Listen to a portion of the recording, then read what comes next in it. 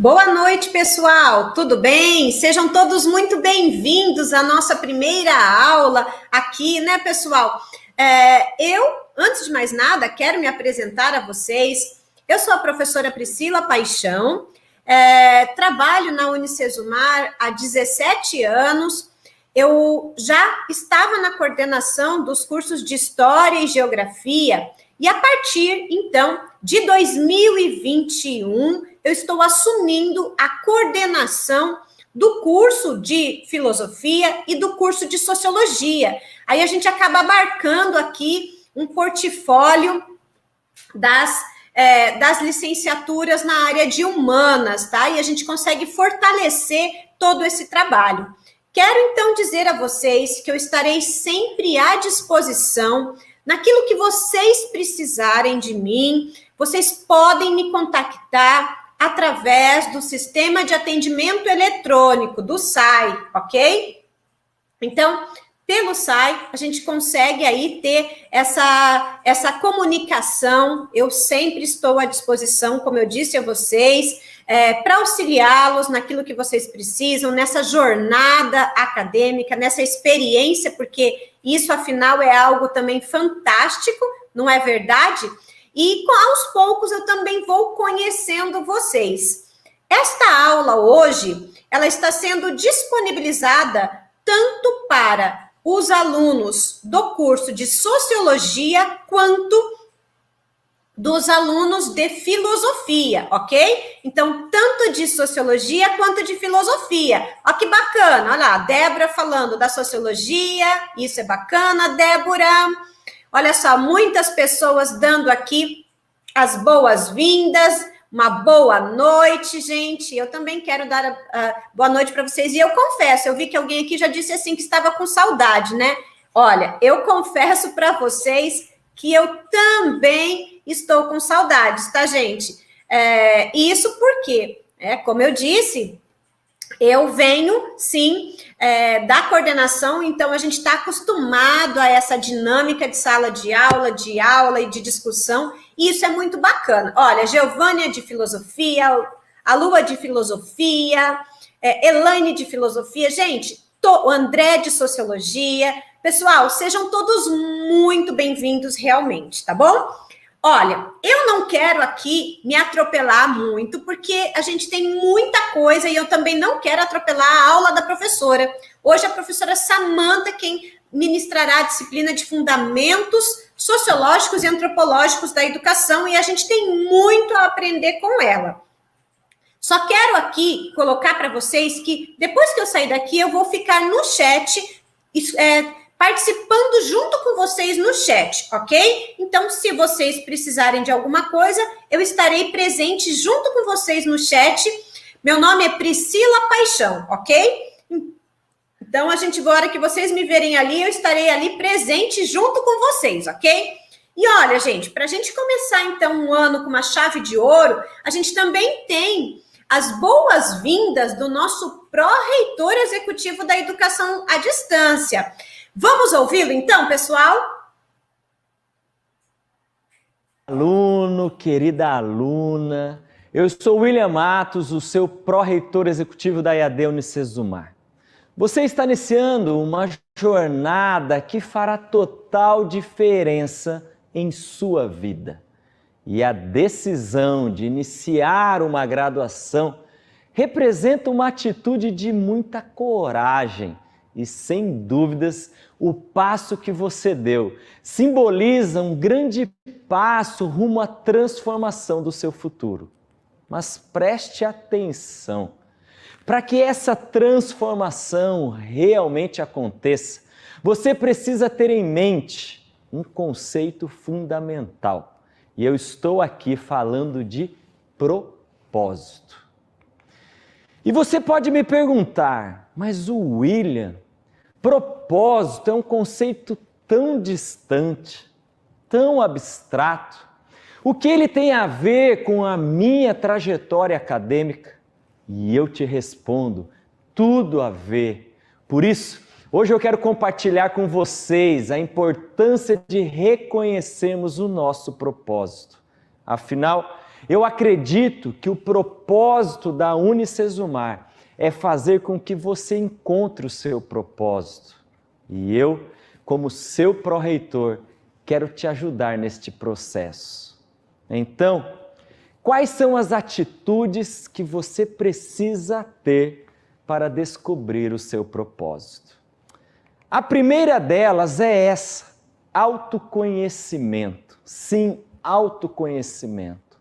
Para você descobrir qual é o seu propósito, primeiro você precisa fazer uma análise de si mesmo. Sim, olhar para dentro de si. Eu sei que parece um pouco complicado, mas é uma atitude simples. E eu vou começar contando um pouquinho de mim para que você entenda melhor. Por exemplo, você sabia que eu sou formado em fisioterapia? É isso mesmo, você escutou certo. E o que fisioterapia tem a ver com a minha vida profissional que eu levo hoje? Muita coisa. Eu até tenho um vídeo lá no YouTube se você quiser saber um pouco mais sobre isso. Mas eu quero contar rapidamente para você. Quando eu optei pelo curso de fisioterapia, eu tinha em mente que o meu propósito era cuidar e ajudar pessoas. Eu queria e ainda quero ser uma resposta para os problemas daqueles que estão ao meu redor. Hoje, depois de mais de 10 anos à frente de uma instituição de ensino, posso afirmar que eu estou realizando o meu propósito. Hoje eu ajudo e cuido de pessoas, transformando a vida delas através e pela educação. E como você deve ter ouvido a palestra que o Leandro Carnal deu em nossa aula inaugural, investir em educação é investir no futuro e como ele está certo. Eu continuei me preparando. Depois da graduação, fiz uma pós-graduação em fisioterapia cardiorrespiratória, fiz um MBA em economia e gestão da saúde e depois fiz um mestrado em gestão de políticas públicas.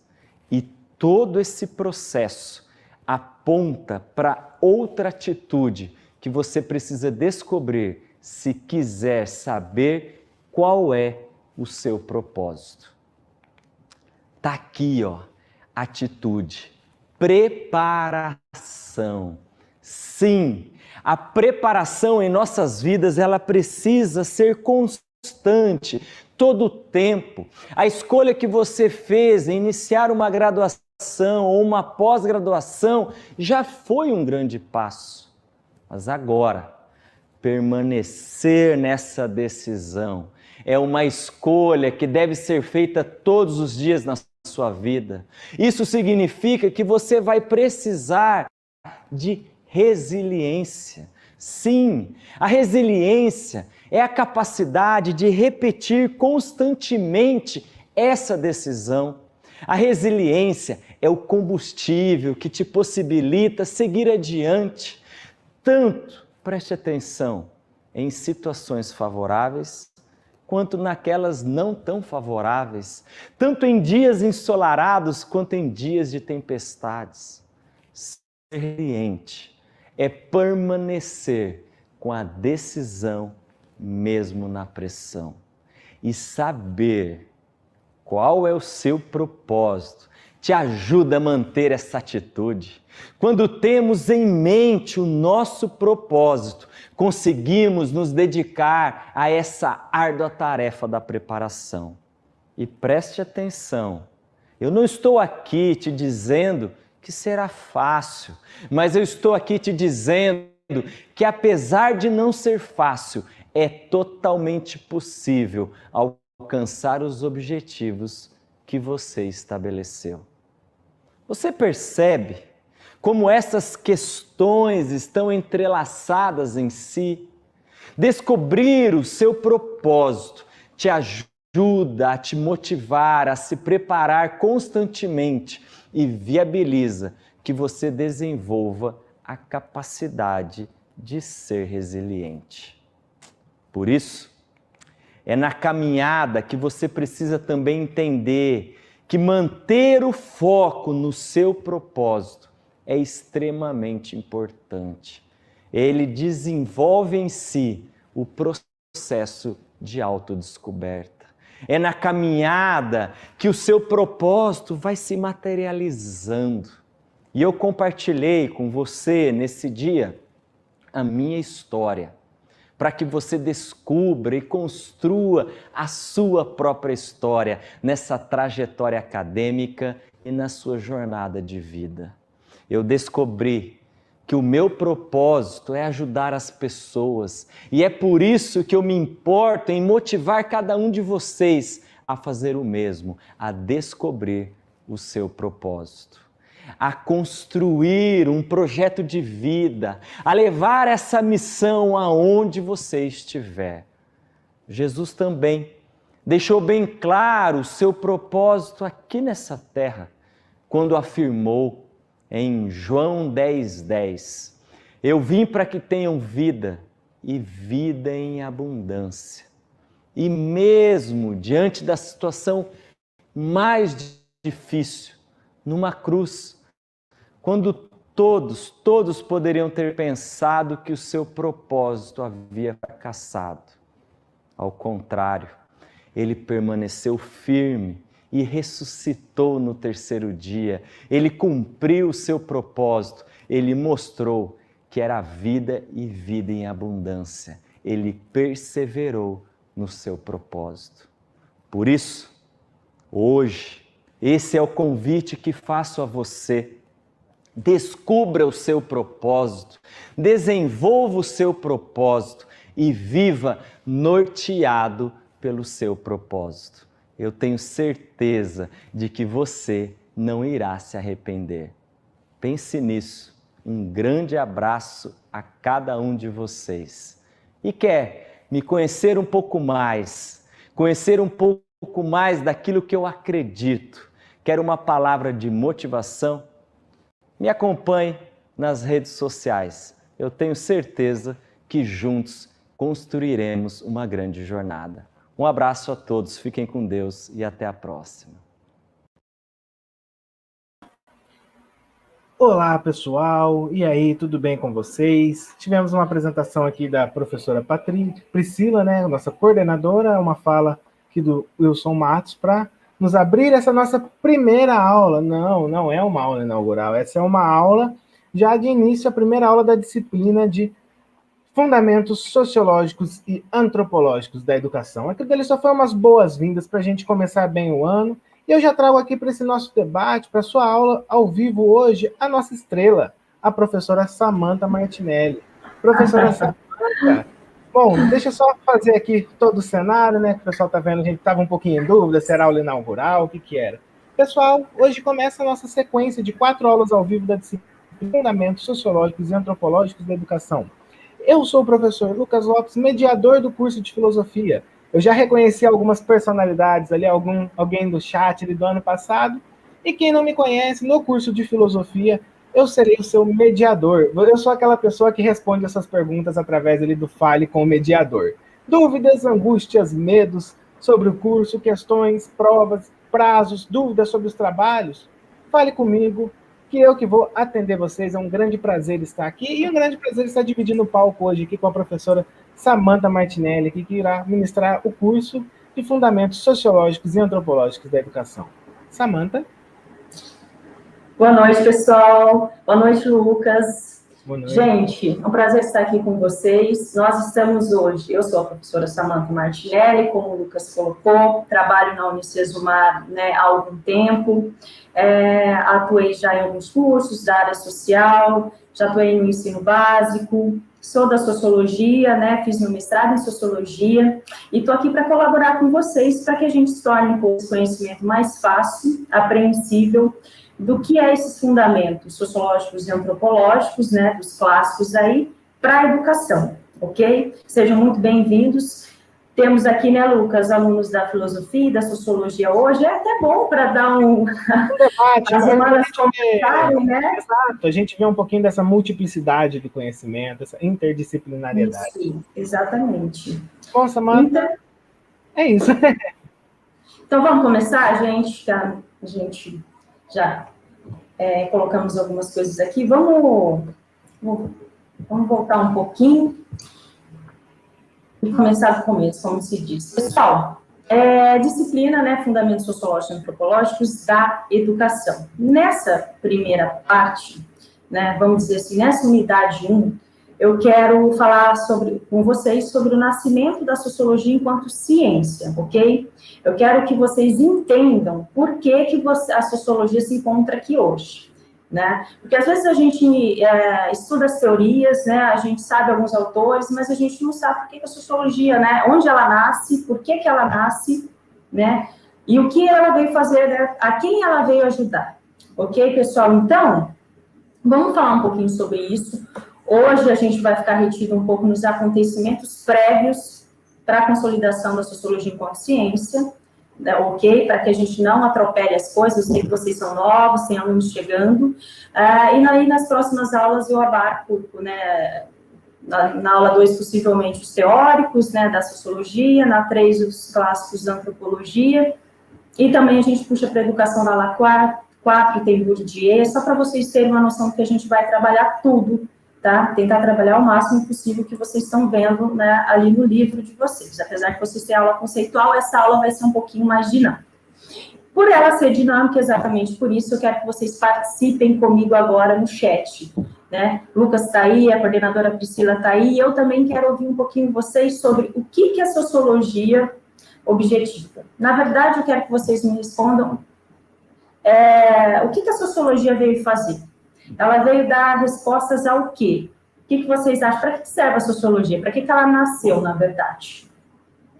Comentem aí, por favor, pessoal, e eu vou discorrendo aqui algumas coisas enquanto vocês escrevem no chat. Bom, gente, toda ciência se inicia em algum momento, né? Alunos de filosofias estão aqui e sabem que a filosofia é uma ciência muito mais antiga, vamos dizer assim, né? Consolidada já até mesmo. Né? E como que ela nasce, né? Não sei, vamos colocar aí, o Lucas está aí também, os alunos de filosofia, né? Talvez ela nasça lá atrás a filosofia, em Tales de Mileto, tentando entender um pouco o mundo, a natureza, como é formado, né? E assim ela vai prosseguindo, né? Aristóteles vem depois falando que, né, o homem tem uma natureza social, de agrupamento, que depois forma cidade, a polis, e assim a ciência nasce. Agora, a sociologia, quando que ela começa a dar explicações em relação à sociedade, ok? Então, são duas questões importantes nesse sentido. O desenvolvimento humano, o humanismo, ok? É o homem aparecendo como centro agora na sociedade, para dar resposta, para pensar, para enxergar, para ver, e não mais, vamos dizer assim, ter um centrismo de antes, ok? E também a sociologia é afetada por uma era de imensuráveis transformações que a gente vai passar no século XVII e XVIII ali, com a iminência de alguns eventos históricos, social, que a gente vai falar agora. Esses eventos são alguns importantes. Vou elencar 3 aqui para vocês guardarem, mas a gente vai falar um pouco do contexto que estava acontecendo um pouco mais, né? Gente, a Revolução Francesa, o marco dela é exatamente em 1789, né? Ela é a primeira revolução moderna que a gente tem, e ela também marca a modernidade. Então, se vocês saberem, a modernidade, ela acontece a partir do evento da Revolução Francesa, né? Mas a Revolução Francesa, ela traz alguma série de transformações, né? Principalmente em relação à questão da liberdade do homem, ok, pessoal? E da ascensão da razão, que são fatos importantes para que a sociologia aconteça, né? Antes disso, como vocês estão vendo ali na imagem, a gente tem a modernidade, mas antes disso, alguns acontecimentos também serviram, né, vamos dizer assim, este caminho para a consolidação dessas transformações que aconteceram no mundo, né? Reforma protestante, né, a gente tem um rompimento aí com a igreja, né, e novas questões são colocadas, né, na forma de enxergar o mundo, e a revolução científica, né, que traz o iluminismo, né, a gente coloca a luz agora aos acontecimentos, o místico, vamos dizer assim, as interpretações da realidade através de Deus, do místico, isso vamos dizer, não é mais prioridade. Agora a gente lança a luz sobre os acontecimentos através, né, da ciência que está nascendo, né? E o homem é o grande ator central, vamos dizer assim, desse processo. Ok, pessoal? Eu não sei se vocês estão comentando um pouco aí. Depois a gente vai lançando. Lucas, me ajuda, Lucas? Temos já algumas participações aqui. A gente pode lançar, não tem problema, não. Já tem alguém comentando aqui, ó. Vinícius, que a sociologia nasceu para esclarecer as demandas sociais após a Revolução Industrial, e a francesa, né? Temos a Fabiana também participando, Samanta, que a sociologia nasceu para estudar, entender, impulsionar a sociedade em si. Também temos outro comentário aqui, sociologia, estudar as relações sociais da humanidade. Você jogou uma pergunta e o pessoal está aqui comentando que é essa a intenção mesmo. Isso mesmo, porque daí movimenta também o conhecimento deles, eles vão aprendendo.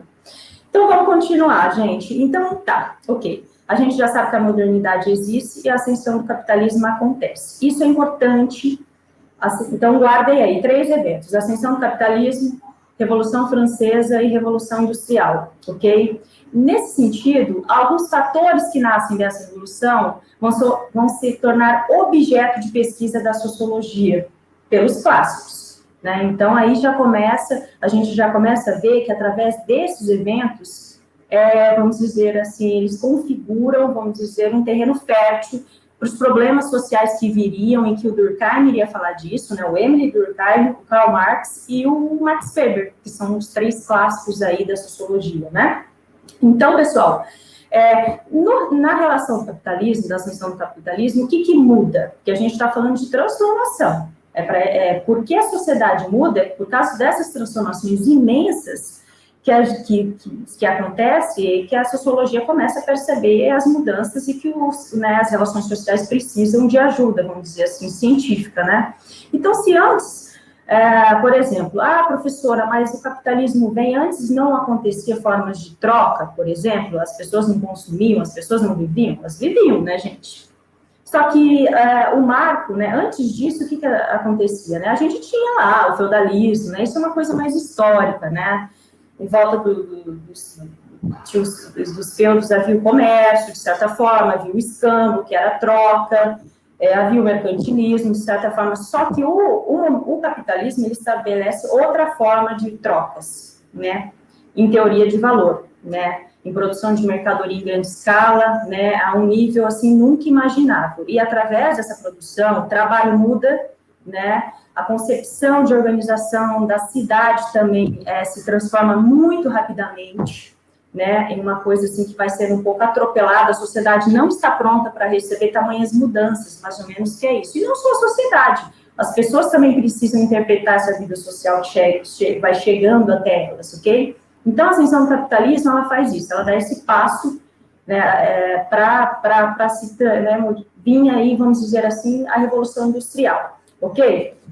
Pessoal, no sentido da Revolução Francesa, como eu disse, liberdade, né, porque o lema da Revolução, né, liberdade, igualdade, fraternidade, ela traz um novo sentido das relações sociais, ela quebra aquela relação que havia antes, vamos dizer assim, de hierarquias, de estamentos sociais, e agora, vamos dizer assim, que o homem é livre, né, para decidir sobre a sociedade, o rumo do seu país, para participar, né, e através do uso da razão também, ok, pessoal? Então, a Revolução Francesa traz esse sentido de liberdade. E é nesse momento, é bom até vocês já saberem, conhecimento nunca é demais, que essa discussão que vocês vão ver mais à frente, com certeza, nos 2 cursos, tanto filosofia quanto sociologia, do nascimento da sociedade civil, com alguns autores, Rousseau, Montesquieu, Hobbes, né, até o Locke, todos eles vão estar aí discutindo como que essa sociedade livre, ela vai se organizar, né, gente, porque... até hoje nós discutimos isso, vamos falar a verdade, né? Até onde vai a nossa liberdade, até onde vai o nosso compromisso com a sociedade, até onde vai as regras, até onde eu tenho que obedecer, não é verdade? São dilemas que nós discutimos até hoje, ok? E depois a produção, né, a Revolução Industrial em termos de relações produtivas, né, de produção de mercadorias, enfim, ok?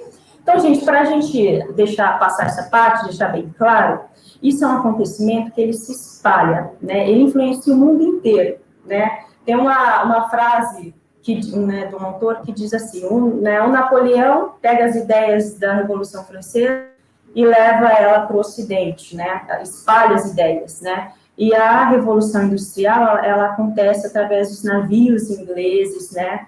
Que, através da sua hegemonia, através do industrialismo, ele mostra para o mundo que agora o mundo precisa ser industrial, né? O mundo precisa ser... O progresso está ligado a essa ideia, né? De que, né, a produção industrial, a gente consegue o progresso através dessa produção industrial, ok? Acho que até aqui tudo bem. Se o Lucas quiser, Lucas, intervir alguma coisa, colocar algum comentário. Tudo tranquilo, professora. Eu estou acompanhando aqui o chat, tem muita gente falando aqui justamente sobre essa relação do capitalismo, falando sobre essa importância da sociologia que veio para trazer luz sobre os conflitos da sociedade, né? Isso ajudar a humanidade a compreender. Então, eu acho que ficou bem claro essa exposição, né, de um nascimento dessa sociologia que veio até mesmo fruto das revoluções, igual o Vinícius aponta aqui, a necessidade de conhecer e pôr ordem no caos após os acontecimentos. Caos, exatamente. E eu gostei bastante dessa fala, assim, né, de caos, porque quando a gente olha... da desordem, né? Se você permite um comentário, né? Quando a gente olha, principalmente o contexto da Europa, nesse período da modernidade ali, né, a gente tem toda a saída do feudalismo, ascensão da modernidade, capitalismo, estruturas políticas se modificando com a Revolução Francesa, relações de trabalho, foi um caos. Sociologia o caos, a gente olha de longe, parece pouco, né? Mas foi a maior revolução, né? Acho até hoje, vamos dizer assim, conjunta, né? Sim. Bom, mas então, eu vou só fechar com esse slide para a gente não demorar muito também, porque a aula corre, a gente, né, depois entra no positivismo ali no começo, e a gente daí eu acho que vai ter mais perguntas. Vou finalizar, pessoal, algo que eu acho que seja já um pouco claro para vocês. Então, para, né, guardarmos as ideias, há o triunfo da razão, da liberdade, né? A sociologia vem para resolver esses problemas, ok? A gente pode observar também que ali, né, nas imagens que eu coloco, a gente tem uma revolução industrial, e os trabalhadores em massa ali que, na revolução industrial, né, a gente, quando todo mundo estuda, sabe o que houve em relação a termos de trabalho, porque tudo se intensificou demais, tanto a produção, tanto o ritmo de trabalho, né, a produção de mercadorias, né, a cidade não estava preparada, então tudo vai se formando em relação a isso. O liberalismo econômico aparece, okay? Aquela imagem que está ali representando ali né, as classes da Revolução Francesa, os estamentos, que a Revolução Francesa tinha o primeiro, segundo e terceiro estado, representa essa queda mesmo, né? A sociedade não queria mais a monarquia, ela não queria, né, vamos dizer assim, é como se fosse assim, havia uma base, né, de uma pirâmide, que sustentava, né, os estamentos de cima, né, que era o rei, o clero, e então houve uma revolução também por causa disso. E aqui, como eu aponto aqui na imagem, a burguesia nasce. E a burguesia era essa classe responsável por essa revolução econômica, eles queriam essa transformação para poder, né, fazer seus negócios, eles queriam crescer na vida, eles queriam uma outra forma de organização econômica, ok? Então, pessoal, várias questões nascem daí, problemas urbanos, divisão social do trabalho. Vocês estão conseguindo enxergar que, através desses pontos, todos esses são objetos de pesquisa, né? Por exemplo, nessa imagem que nós estamos, ó, as relações produtivas, né? Trabalho, Marx só trata isso no Capital, então nós vamos ver o Marx falando disso, né, na próxima aula um pouco.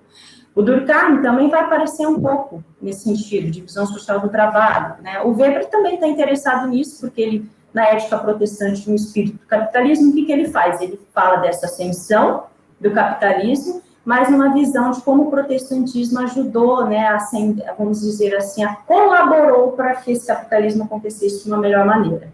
Uma outra visão de mundo. Ok, pessoal?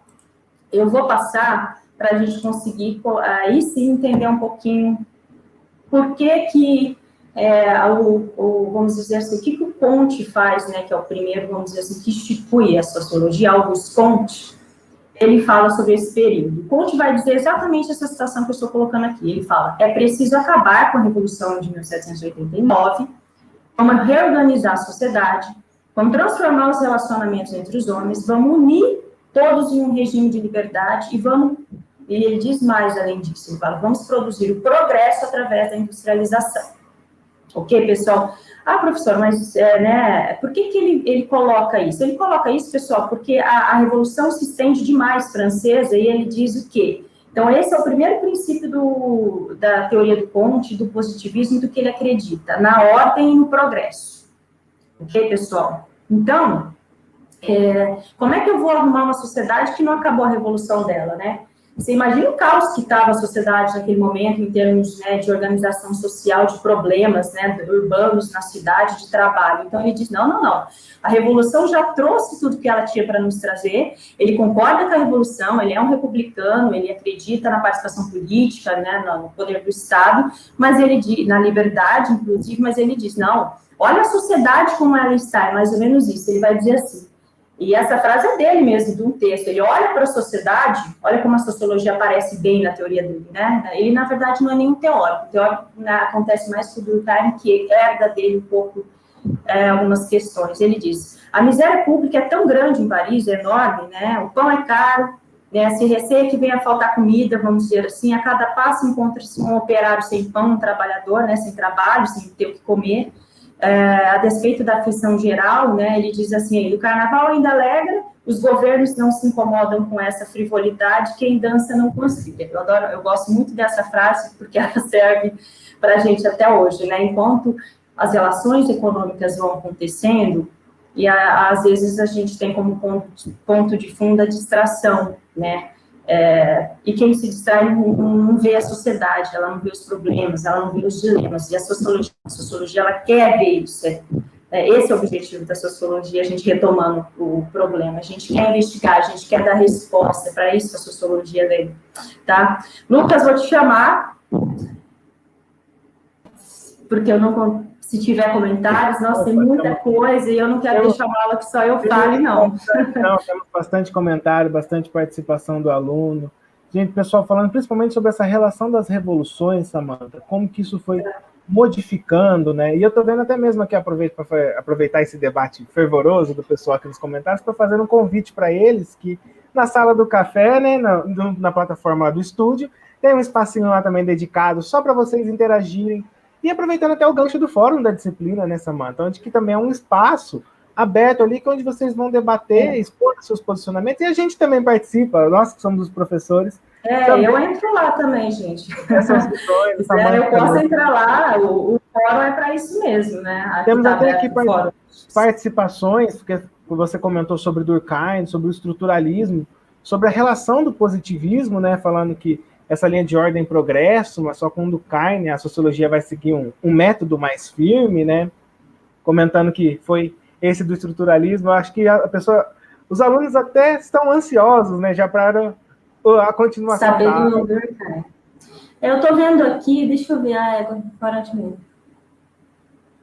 Vamos ver se eu consigo... Tinha alguém que tinha falado da liberdade aqui, acho que passou, que é a liberdade, o Antônio, acho que foi o Antônio, que, gente, é muita gente, mas assim, o Antônio tinha falado da revolução e pós-revolução, criou liberdades abstratas, retirando a liberdade completa. Na verdade, né, Lucas, eu acho que a filosofia trabalha bem isso também, até hoje eu acho que a gente trabalha esses aspectos de quanta liberdade a gente tem. Vamos falar, né? A ideia de que a ideia naquele momento, gente, era assim, vamos, né, liberdade para escolher, liberdade para viver, né?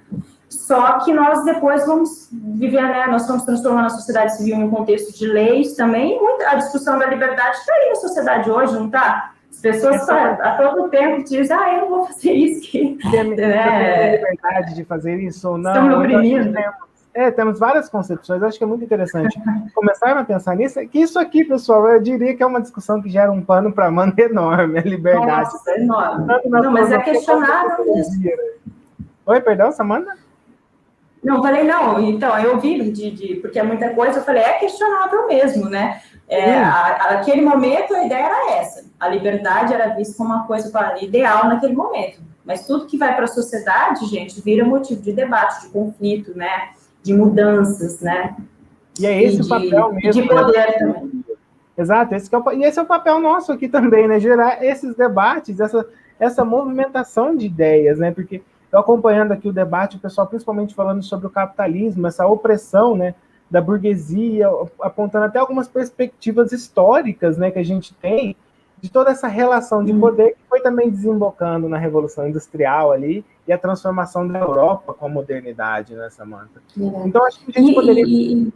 eu acho que a gente poderia falar assim, né, que a sociologia ela vai ser uma necessidade histórica, né? Histórica, social, política.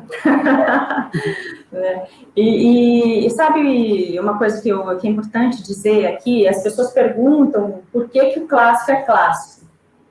E é bem interessante.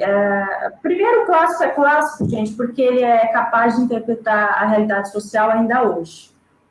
Então, esses autores, eles são utilizados por isso, né? Nós vamos ver, né, o Durkheim, o Weber, o Marx, na antropologia, às vezes até o Malinowski. Mas, mais do que isso, eu acho que a vantagem desses clássicos, eu li uma frase sobre isso, eu achei muito legal, é que eles estão no momento certo, na hora exata. Porque os acontecimentos desse período, eles se dão até hoje, eles se estendem, o debate sobre o capitalismo, o debate sobre novos modos de produção e trabalho, debate sobre divisão social do trabalho, debate sobre ética e moral, sobre a função social das instituições, na verdade, Estado, judiciário, vamos dizer assim, com liberdade eu tenho, igual foi colocado. Então, assim, eles caminham pelo tempo, porque a modernidade, ela vivencia isso. E o capitalismo, ele é um sistema de... Ele tem suas crises e seus levantes, vamos dizer assim, né? Ele tem esse processo de discussão constante mesmo. A gente pode falar que são movimentos da história, né? Movimentos da história que vão provocando essas transformações, né, Samantha? Que vai fazendo surgir, que vai fazendo aparecer. E é muito interessante a gente, no caso, abrirmos, né, até mesmo essa aula hoje com os fundamentos sociológicos e antropológicos da educação, conhecendo justamente o fundamento da sociologia e dessa ciência social, né, que vem justamente para explicar as relações da sociedade, né, porque é a gente despertar esse olhar para esse mundo onde estamos inseridos, isso aqui que a gente está vivendo agora, né, o que a gente está presenciando. Aqui temos até um comentário, né, segundo Bauman, olha só. O Bauman é recente, gente. Quanto mais liberdade, menos segurança, quanto mais segurança, menos liberdade. Aliás, o Bauman tem um livro da Sociedade do Medo, que é muito bacana. Tem, na verdade, essa questão do medo, do risco, tem Sociedade do Risco também, do Ulrich Beck, tem bastante coisa. Eu acho que dá para a gente seguir um pouco mais, Lucas, porque quando não der, a gente retoma também, porque a gente tem uma explicação. São vários conceitos, né? A gente vai indo nessa. Vamos continuar, então, dá um tempinho, dá tempo, né? Vamos lá, então, gente. A gente parou nessa observação do Comte em relação aos problemas sociais, essas mazelas mesmo, né? Então, aí vem a ciência positiva, que é uma filosofia positiva, né, gente? O que ela preza? E vocês vão ver que isso vai rebater na teoria do Durkheim, que vai ser o primeiro sociólogo ali que a gente vai estudar. Observação e você, né, dos fatos, né? Então, a ciência observa a realidade, é isso que a gente faz na sociologia, e a gente vai ligando os fatos observáveis, anotando um olhar sociológico, um olhar antropológico sobre o outro, né? Enfim.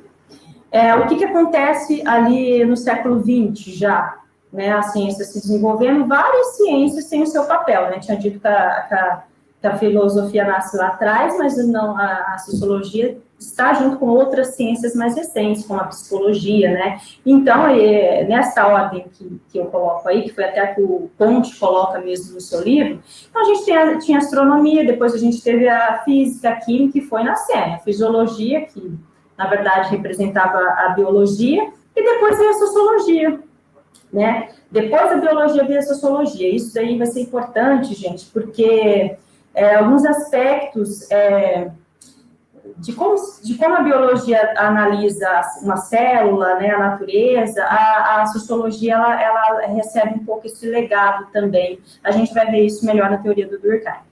Bom, continuando, né? Então, o que o Comte fala? Bom, se tem a física, tem a química, tem a fisiologia, ele tem uma ciência da sociedade, está na hora, olha o tanto de transformação que a gente está vivendo e dilemas, né? Olha a desordem social, a gente precisa organizar essa sociedade e resolver os problemas sociais que existem lá, né?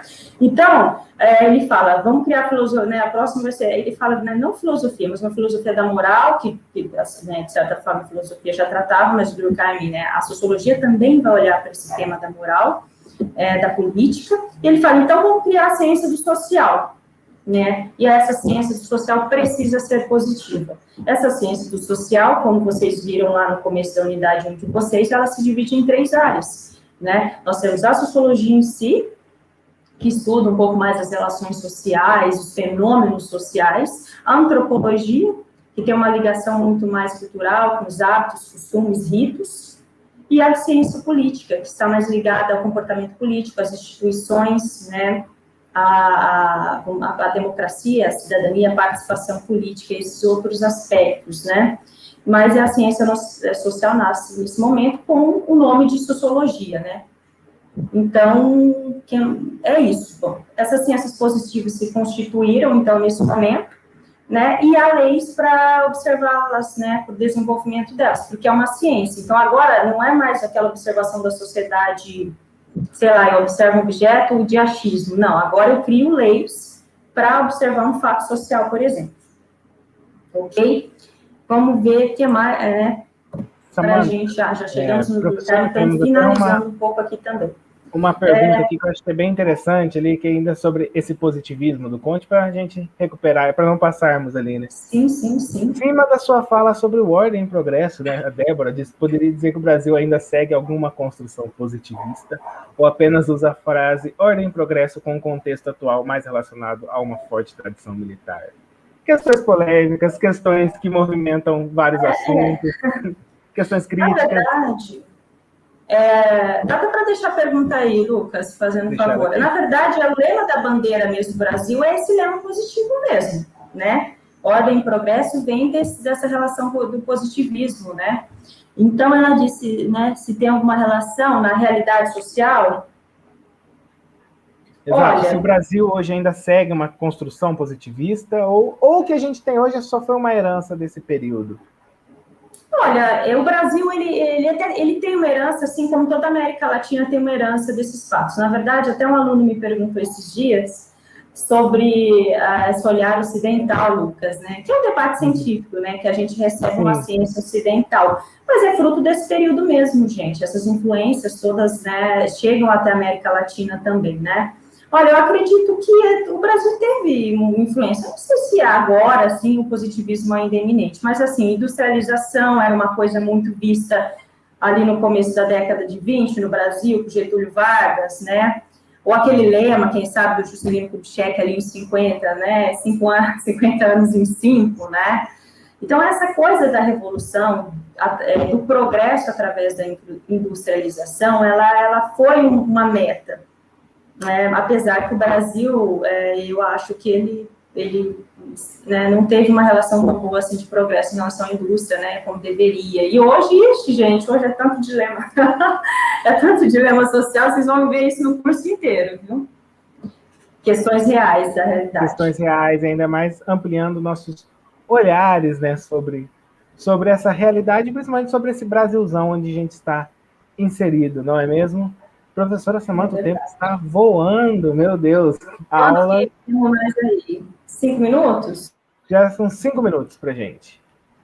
Então, eu termino aqui, só para dar o gosto do Durkheim para frente, para a gente dar, né, para vocês virem de novo na live, gente, na live aula, né, na aula live, estarem aqui com a gente. Gente, então vamos lá, para que a gente vai ver, né, para vocês entenderem. O Durkheim vem depois do Comte, porque ele herda muito essa relação do positivismo. Então, ele é dessa relação de olhar para a sociedade com mais clareza, enxergar um objeto. Ele dá importância para a relação da família e religião, que davam sinais de enfraquecimento, porque ele vai dizer que as instituições são importantes, né? É uma concepção diferente do Marx e do Weber, entende? Então, ele vai resgatar tanto que a teoria da moral dele, que eu vou trabalhar com vocês, porque ela é muito importante para a educação, hoje em dia, né, fala sobre o papel da escola, o Estado e esse tema da moral, né, que é importante, se debate tanto, Na sociedade falta moral, falta ética, e tudo isso é muito válido. Então, a gente vai conversar sobre isso.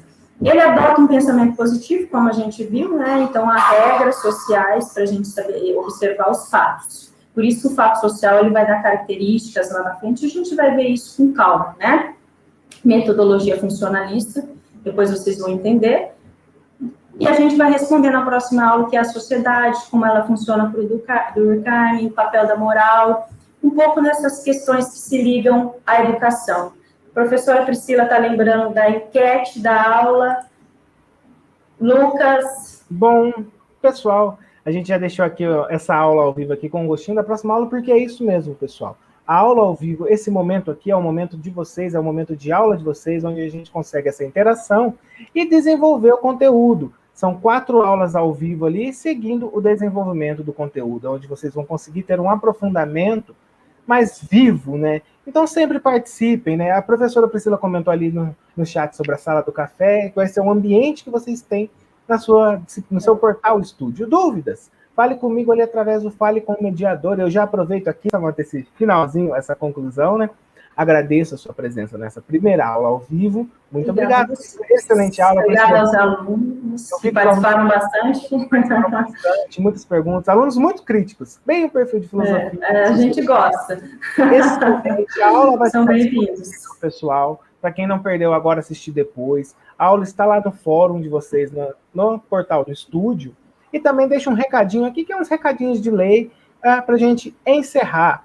Eu lembro dos prazos das atividades, que a gente já tem atividades rolando, temos a atividade mapa em aberto e atividade de estudo 1.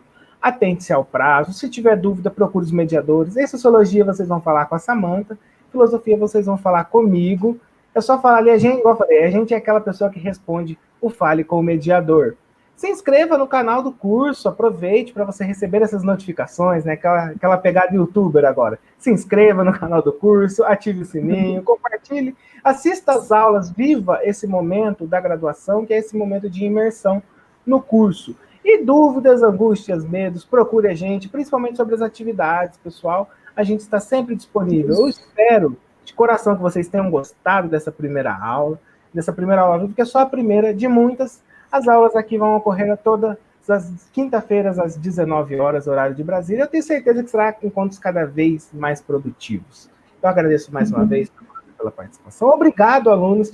Vi alunos que comentaram sobre os movimentos ali no fundo, sobre o meu cabelo.